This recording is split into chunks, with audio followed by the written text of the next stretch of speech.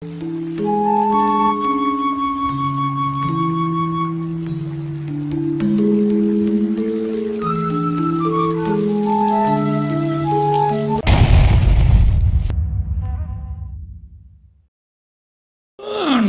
Bagong tansah pinanganing kawidadan nering sambikala kepareng kula ngaturaken sembah sumungkeming pangabekti kula konjo nggih Bapak. Iya tak tampa gawe gedene atine wong tuwa. Ora liwat pangestu ning Bapak Tampanana. Kula pun dinggo jimat paripen dayana ing kasantosan.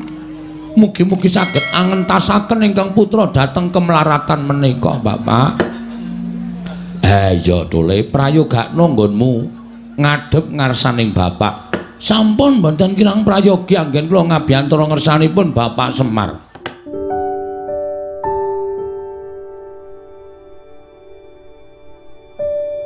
Assalamualaikum warahmatullahi wabarakatuh.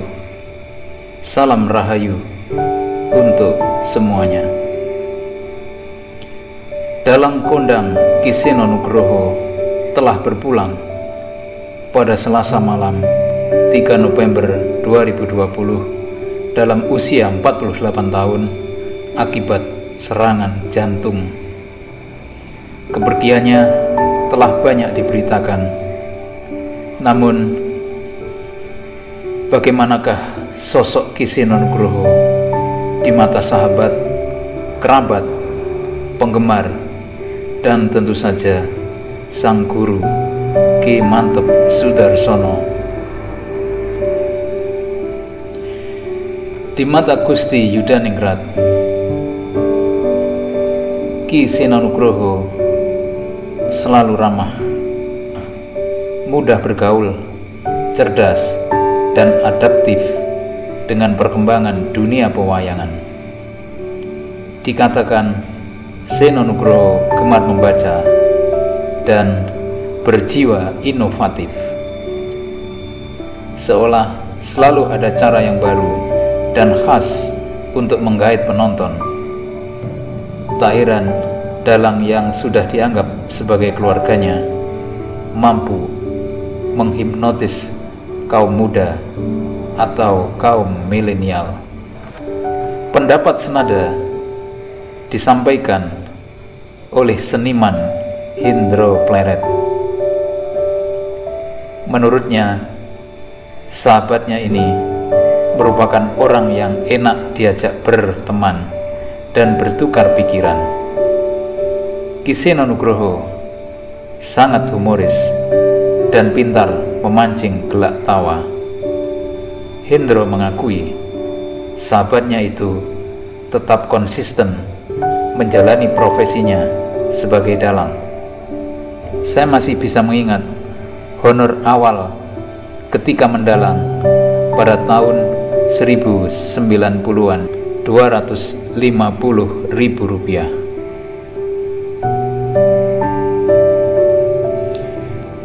Sebagai dalang kondang, Ki Seno Nugroho memiliki penggemar yang luas. Bahkan terbentuk suatu wadah penggemar wayang Ki Seno Nugroho atau yang disingkat PWKS. PWKS ini sudah tersebar di berbagai daerah seperti Jabodetabek, Purworejo, Magelang, dan lain sebagainya.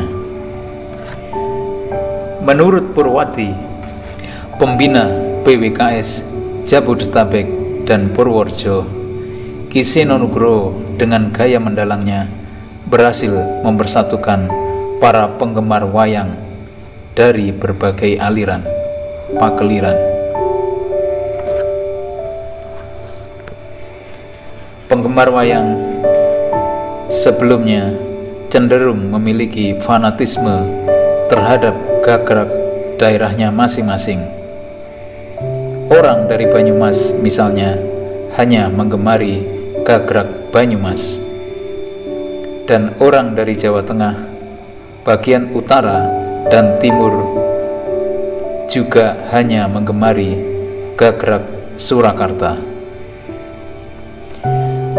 Kehadiran Ki Seno Nugroho menurut Perwati mampu mempersatukan semua itu dan menimbulkan gairah baru, terutama di kalangan kaum muda, untuk menyukai wayang yang di tangan Ki Seno menjadi lucu dan juga menghibur.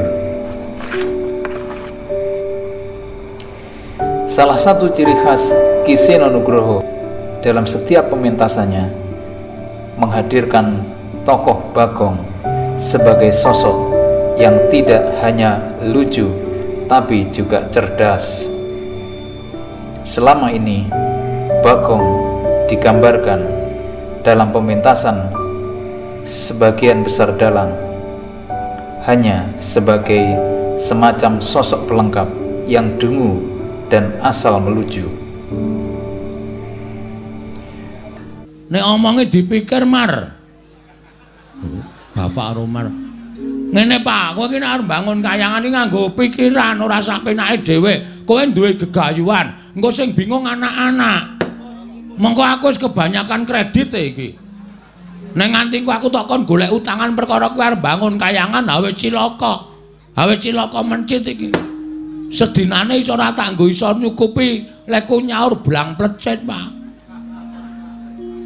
Lho, Bagong barang wis sambat kaya ngoten kok. Menurut kerabat dan sekaligus manajer Ki Seno Nugroho, Gunawan Widakto mengungkapkan adanya keunikan tersendiri dalam pementasan Ki Seno Nugroho.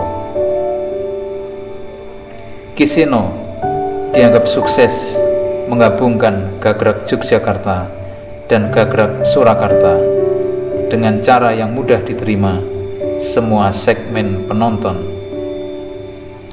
Dikatakan tema Bagong versi Ki Seno sangat khusus, tak ada yang menyamai, bahkan suara Bagong pun juga khas tiada duanya. Bahasa yang digunakan mudah dimengerti oleh semua penonton, anak kecil hingga orang tua.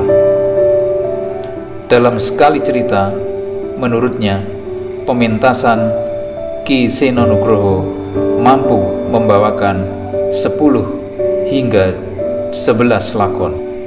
Sukses Ki Seno Nugroho sebagai salah satu dalang kondang di Indonesia tentu tidak lepas dari sang guru Ki Mantep Sudarsono. Mengenang sang murid, Ki Mantep Sudarsono punya kisah tersendiri. Ki Mantep Sudarsono adalah sahabat ayah dari Ki Seno Nugroho, Ki Suparman Cermowiyoto. Sebelum Ki Suparman meninggal dunia, Ki Mantep Sudarsono mendapat amanah darinya untuk membina Ki Seno Nugroho. Menurut Ki Mantep Sudarsono, Ki Seno Nugroho awalnya pernah sempat ragu untuk meneruskan jejak ayahnya mendalang. Namun berkat dorongan dan bimbingan dari Ki Mantep Sudarsono, Ki Seno Nugroho kemudian gigih menekuni profesi sebagai dalang. Ki Seno Nugroho mulai dikenal ketika Ki Mantep Sudarsono mengajaknya tampil bersama dalam satu panggung.